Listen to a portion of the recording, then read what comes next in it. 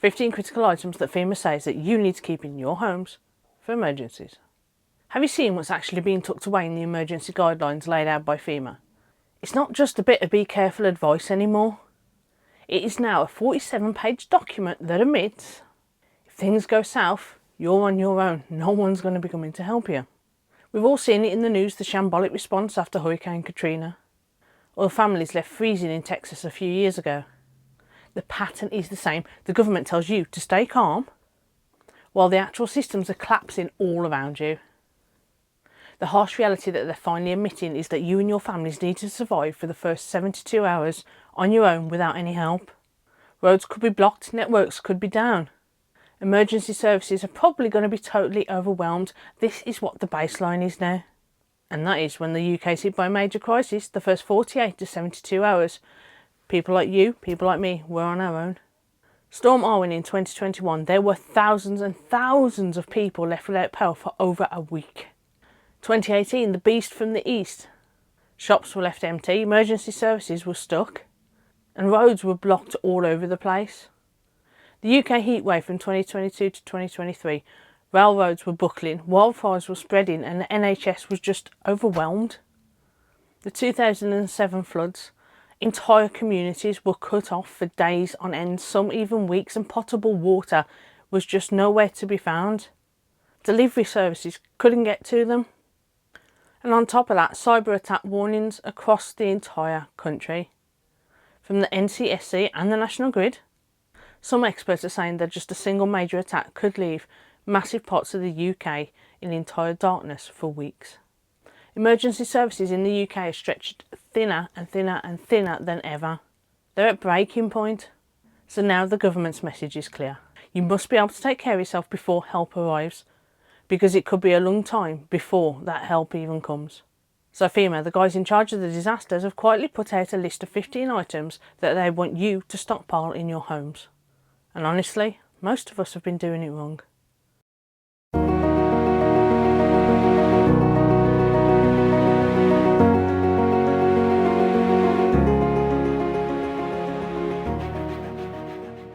Item 1. Water. Forget getting just a couple of packs of 6-pack 500ml bottles from down your local supermarket. They are saying 1 gallon of water per person per day for at least 3 days. That's your 72 hours covered, but quietly they're asking you to prepare for 2 weeks. Now for a family of 4, that is a total of 56 gallons of water. That's a lot. But we use water for so many different things. Now most people reckon they'll be sorted with just a few bottles, but you're not. You need to look at it from a different angle, guys. You need it for drinking, cooking, and the bits that nobody likes to talk about, sanitation and hygiene. Item number 2, and that's food. Again, you need to have enough food, at least 2,500 calories per person per day. That's going to cover some extra for the little ones for at least 3 days. But again, quietly, they're saying extend this to 2 weeks. That's a lot of food. But if you buy just a couple of extra cans every time that you go shopping, an extra bag of pasta, an extra bag of rice, you're not hoarding. You're not making a great deal of difference to what's left on the supermarket shelf, but you are making a difference to what's in your cupboard at home. Things that need 0 or minimal cooking will also be ideal. Canned fruits, canned meat, canned tuna. Don't underestimate the power of canned goods. Think peanut butter and energy bars too. Don't buy stuff, however, that will make you too thirsty, because then you're going to start using up more of your water source. Item number 3, and that's medication. Pharmacies are going to be one of the first places to shut. They want you on a 30-day supply of medication only. However, you can request more from your doctors. You can get 3 months at a time. You need to stock up on your prescriptions, painkillers, even cold and flu medicines will be helpful. But they don't tell you this. Medications lose their kick over time, and doctors hate giving you extra. You have got to be smart and rotate your stock. Expired cold and flu medicine will still work, it just won't be as effective. Item number 4, and that's lighting. Fema are specifically pushing for LED flashlights for every member of your household, and carry a spare. Remember the old rule, 2 is 1 and 1 is none. Backups can mean the difference. Make sure you've got a few lying around the house within easy reach and everyone knows where they are, just in case the power goes out in the middle of the night. Now here's the thing that gets me. This is not fear mongering, and I know some of you watching this video are going to think that it's exactly that, but it's not. This is the government literally telling me what to prepare. They're telling you that you can't count on them by doing so. Threats from cyber attacks and mental weather are going faster than that they can keep up with.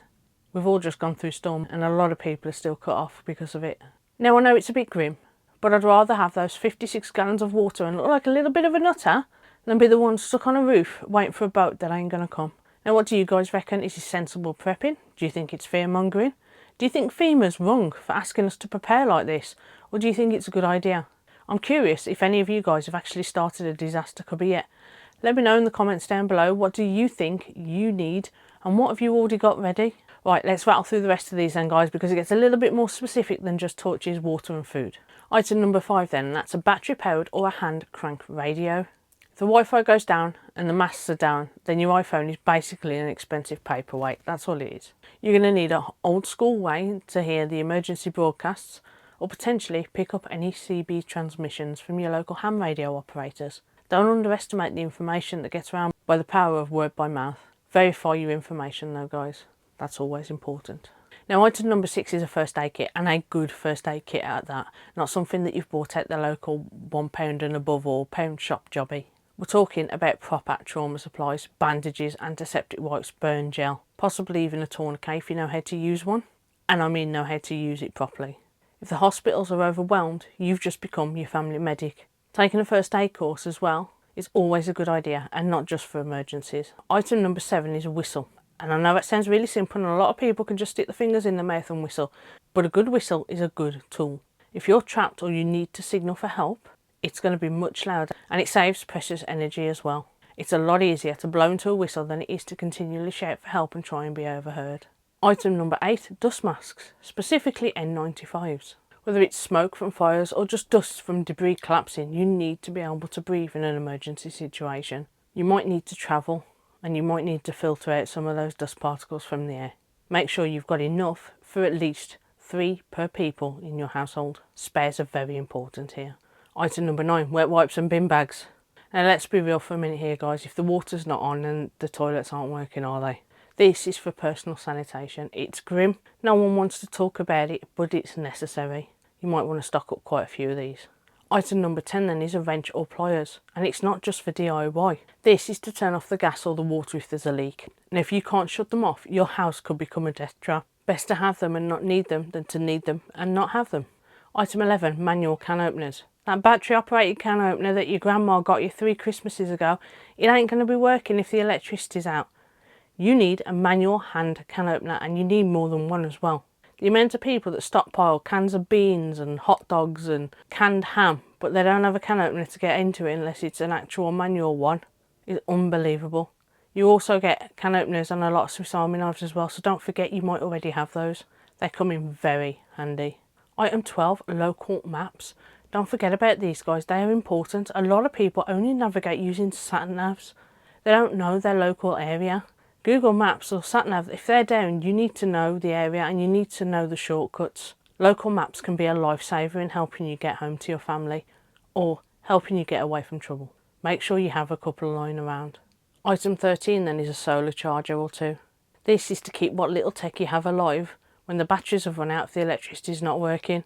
That's if your tech still works. The solar chargers can be a fantastic little thing just to give you that little bit of power. If your radio's not a hand crank one and you need to charge it up a bit, that solar power battery is going to come in very handy indeed. Item 14 then is personal hygiene items. Toothbrushes, soap, toothpaste, feminine products, very important. It sounds like a luxury until you've gone 4 days without being able to have a proper wash. And don't forget your hand sanitizer as well, because if you can't spare the water, the antibacterial hand gel is going to come in very handy indeed. Finally then, item number 15, and that's your cold weather gear. Blankets and sleeping bags. Even places like Texas, if the grid goes in winter, your house can become an ice box within hours. Having a few extra blankets could mean the difference between life or death, or even a comfortable night's sleep. Anybody who's facing a disaster, if they're tired, grumpy and they haven't slept, it's going to feel 10 times worse. Sometimes a little bit of comfort goes a long way. Now Fema is begging people to get this sorted because they know their own response capacity has not grown adequately with the population and demands. But the threats, the cyber attacks, the power grid failures, even the weather have multiplied, and they can't be everywhere at once. It's a lot to take in, but if you just do a little bit at a time, it is going to be better to have it and not need it, right? Yeah? The UK is not as prepared as people think it is. You only have to go on social media in a disaster situation to see how bad it can be. I mean, places like Birmingham haven't even been getting their bins collected. You go on Facebook right now, because of the way this storm's brought in the weather, you see council upon council upon council have not gritted the streets. Our infrastructure is ageing. Our power grid, we don't own any of those transformers. Those spare transformers, if one of them blows, we have to get it from China. The weather is becoming more extreme and emergency services are getting more and more stretched year on year. These 15 items aren't for preppers. They're for every household that wants to survive the first few hours and days of a major disaster without falling to pieces. A UK crisis could be just around the corner, guys. That's why Fema are telling us to get these 15 items ready and safe in our houses right now. Thanks for watching, guys, and part 2 will be coming soon. Please enjoy the next video that is displayed on your screen right here, right now. Stay safe.